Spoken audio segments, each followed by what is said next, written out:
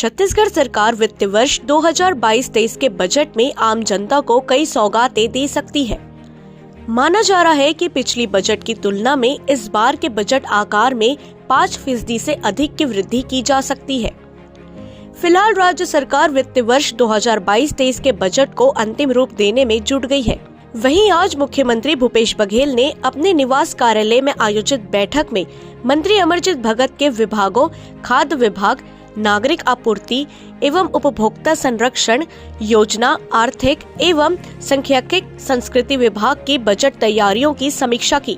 बैठक के बाद मंत्री अमरजीत भगत ने कई मुद्दों पर मीडिया से चर्चा की।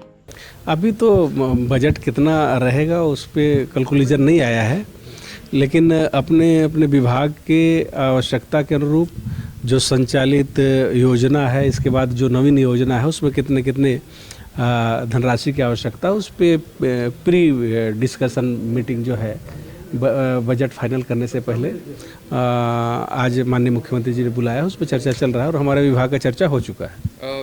भाजपा आरोप लगा रही है कि पिछले साल के बजट का 50% भी अभी यूज़ नहीं हुआ है, छत्तीसगढ़ सरकार ने काम नहीं किया। भारतीय जनता पार्टी कुछ भी बोल सकती है, विपक्ष में उसको अधिकार है और कुछ नहीं बोलेंगे तो कैसे विपक्ष का रोल अदा करेगी।